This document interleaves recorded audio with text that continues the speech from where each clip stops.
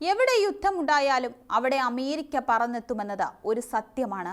തങ്ങളുടെ ഇഷ്ടരാജ്യത്തിന് പിന്തുണയുമായി, അത് സാമ്പത്തികമായും ആയുധമായി എല്ലാം. ബൈഡന്റെ ഇരട്ടത്താപ്പ് ലോകം കണ്ടതുമാണ്. ആദ്യം ആയുധം നൽകി ഒരു രാജ്യത്തെ സപ്പോർട്ട് ചെയ്യും, പിന്നാലെ വംശഹത്യക്കെതിരെ തിരിയും. ഇത് കുറേ കാലമായി ബൈഡൻ നയമാണ്. വെടിനിർത്തൽ ഉടമ്പടി നിലവിൽ വന്നിട്ടും ഇസ്രയേലിന്റെ ആക്രമണത്തിന് കുടപിടിക്കുന്നത് ഒരു തരത്തിൽ അമേരിക്കയാണ് എന്ന് വേണം പറയാൻ. അതിനൊരു കാരണമുണ്ട്.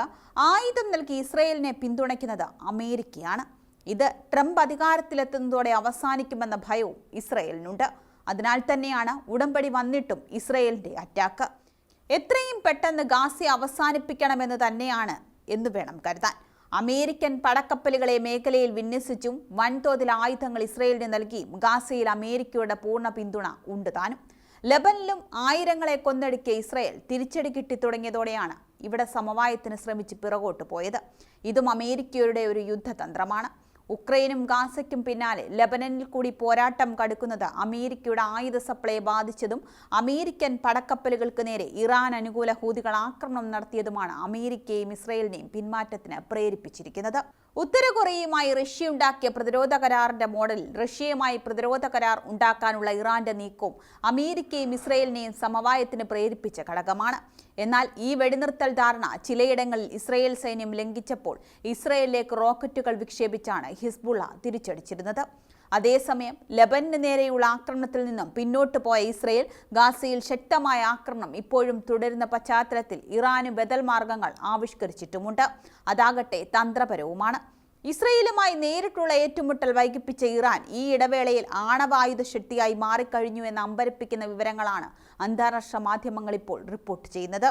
അതായത് പാകിസ്ഥാന് ശേഷം ആണവായുധമുള്ള രണ്ടാമത്തെ ഇസ്ലാമിക രാജ്യമായി ഇറാൻ ഔദ്യോഗികമായി തന്നെ മാറിക്കഴിഞ്ഞു. അമേരിക്കയുടെ ഉപരോധം മറികടന്നാണ് ഈ നേട്ടം ഇറാൻ കൈവരിച്ചിരിക്കുന്നത്.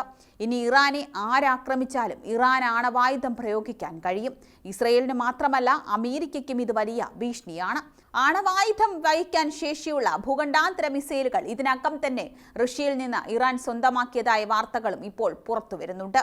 ഇറാനും അവർ നിയന്ത്രിക്കുന്ന ഹിസ്ബുള്ളയും ഹൂതികളും ഇപ്പോൾ കൂടുതൽ കരുത്താർജിച്ചിരിക്കുന്നത് അമേരിക്കയുടെയും അവരുടെ സൈനിക സഖ്യമായ നാറ്റോയുടെയും ഉറക്കം കെടുത്തുന്നതാണ്. 4 വർഷത്തെ ഇടവേളയ്ക്ക് ശേഷം സിറിയയിൽ വീണ്ടും യുദ്ധം ആളിക്കത്തിയത് ഈ കഴിഞ്ഞ ദിവസങ്ങളിലാണ്. വിമതസേനകൾ നടത്തിയ മിന്നലാക്രമണത്തിൽ ഒടുവിൽ അവർ സിറിയൻ തലസ്ഥാനമായ ഡമാസ്കും പിടിച്ചെടുത്തു കഴിഞ്ഞു. സിറിയയിലെ അലപ്പോ നഗരം വീണപ്പോൾ മുതൽ റഷ്യൻ സിറിയൻ പോർവിമാനങ്ങൾ വിമത കേന്ദ്രങ്ങളിൽ ബോംബ് വർഷിക്കാൻ തുടങ്ങിയെങ്കിലും കാര്യമായ ആക്രമണത്തിന് അവർ മുതിർന്നിട്ടില്ല. റഷ്യയുടെ സൈനിക താവളം സ്ഥിതി ചെയ്യുന്ന സിറിയയിൽ ഈ മേഖലയുടെ സുരക്ഷിതത്വമാണ് റഷ്യ പ്രധാനമായും നോക്കുന്നത്. വിമതരുടെ കേന്ദ്രങ്ങൾക്ക് നേരെ ആദ്യഘട്ടത്തിൽ ആക്രമണം നടത്തിയ റഷ്യ പിന്നീട് അത് തുടരാതിരുന്നതും അവരുടെ സ്ട്രാറ്റജിയാണ്.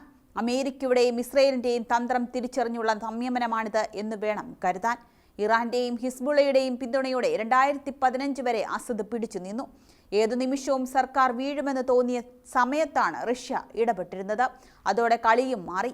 ഇപ്പോൾ അസദിന് അഭയം കൊടുക്കുന്നതും റഷ്യയാണ്. സിറിയ ആര് ഭരിച്ചാലും റഷ്യയുടെയും ഇറാന്റെയും താൽപ്പര്യങ്ങൾക്കും മീതെ പറക്കാൻ അവർ എന്തായാലും സമ്മതിക്കുകയില്ല എന്ന് വേണം കരുതാൻ.